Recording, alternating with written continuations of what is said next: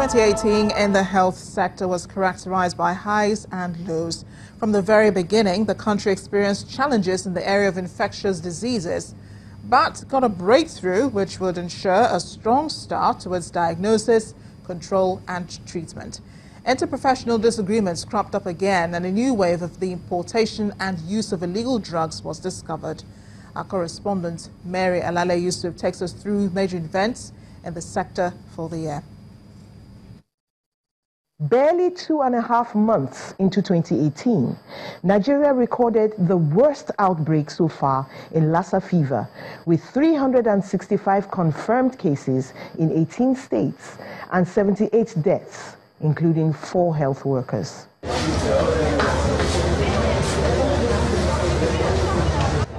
By May, 108 deaths had been recorded in confirmed cases.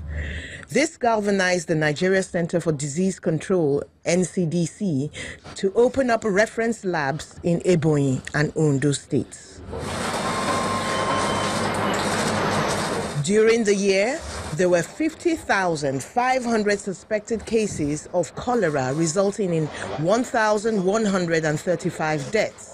But only 943 cases were lab confirmed. The signing of the agreement between then, at the end of October, the country scored what could be considered a major victory with the launching of biosafety labs Category 2 and 3 and a biobank built by the Canadian government at the cost of $4.5 million Canadian dollars for quicker diagnosis and study of deadly pathogens, including the Ebola virus. Industrial disputes in the health sector also featured. The joint health sector unions, Johesu, embarked on a strike on a federal scale in mid-April over what they termed an unfair salary scale and lack of adequate hospital equipment, among other things. By May 10th, the strike had expanded to include state and local government workers. The result was hardship for patients.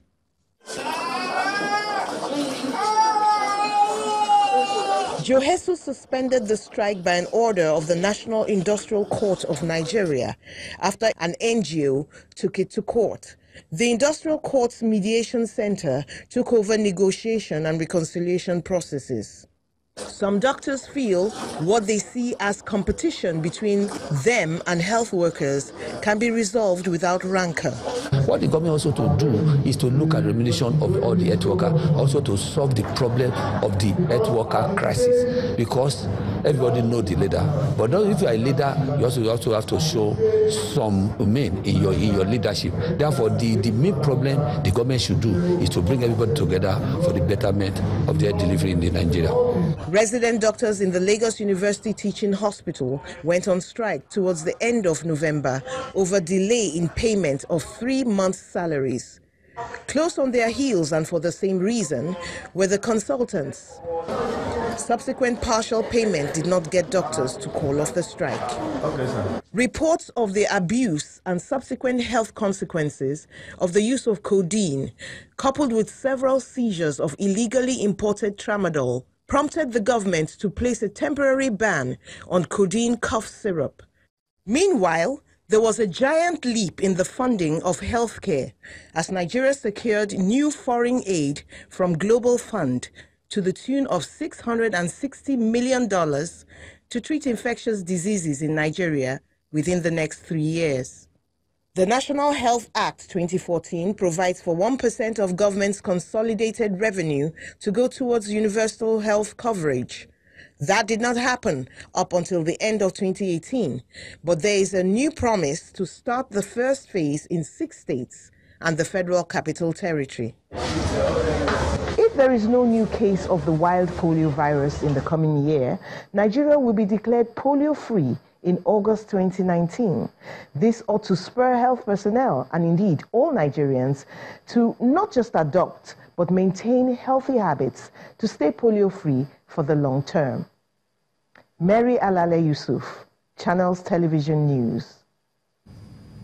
Joining us on the News at 10 now to review the activities in the country's health sector in the outgoing year is Dr. Francis Fadiyile. Thank you for joining us on the News at 10. Thank you very much. So let's begin with one of the infectious diseases that we had to deal with in the year, one of the major health crises, which was Lassa fever and cholera. And they were said to be the worst in 2018. Have we seen the worst of infectious diseases? Thank you very much. I think we cannot totally say that we have seen the worst, because there are things that we need to put in place to be able to guide against recurrent outbreak, and we are not putting those things in place. One, it is our personal hygiene. We need to make sure that we have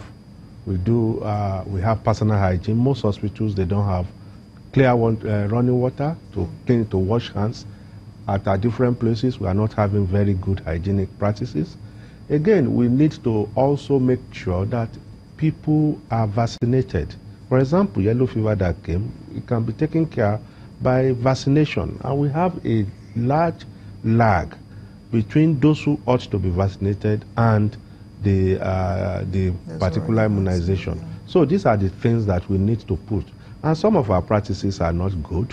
We are now going towards the dry season. You start seeing people having to do bush burning. By the time you do that, some of the rodents will leave the bush, their natural habitat.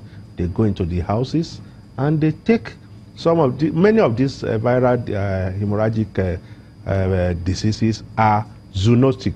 They come from animals that are not within the domestic area. So these are all some of the practices that we do that may still make us to see some of these outbreaks in Nigeria. One of the major challenges in 2018 was the abuse of drugs.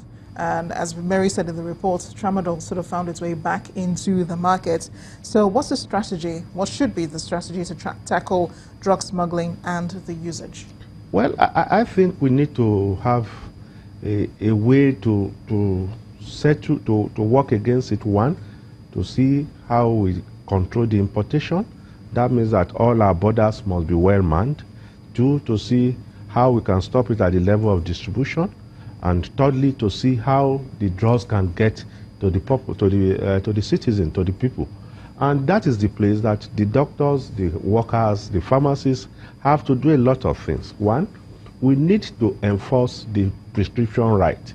It is important that Nigerians have a prescription policy that it is only drugs that are prescribed that can be dispensed at the level of the pharmacist.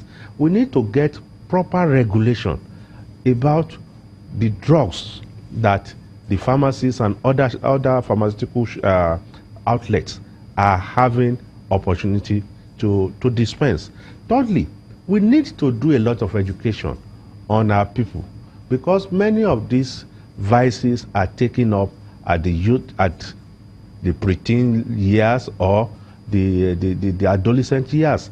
And we needed a lot of education on those group of people so that they will not take up all these vices at those periods. And lastly, it is usually said that an idle hand is a devil's workshop. We need to get employment for our teeming population of youth so that they can be gainfully employed. Indeed, if there's no market for drug abuse, for these drugs, then there will be no supply. Yes. We're picking issues now in the health sector. So let's talk about the disputes going on between doctors and, the associations, and between doctors and all the other professionals in the health sector.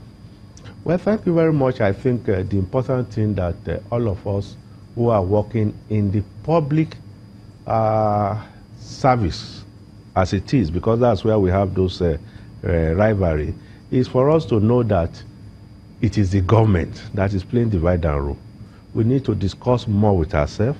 What we have done since we have come into office is to now engage the nurses, we have engaged the pharmacists, and you will be shocked at the level of misinformation that we have had on the two sides, that we are not getting ourselves right.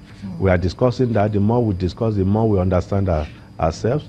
We are also asking, we are going to jointly sit down and discuss job description, so that all these areas that we have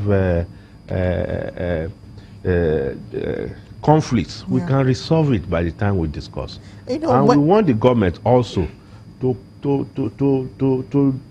agree and follow the agreement they have had with any of the groups.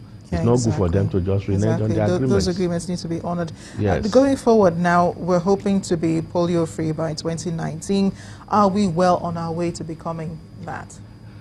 Well, I want to say that being taken back into the polio endemic country was because of majorly the war-ravaged areas. We have been able to control polio in the large part of Nigeria, except in some areas in the northern part of the country.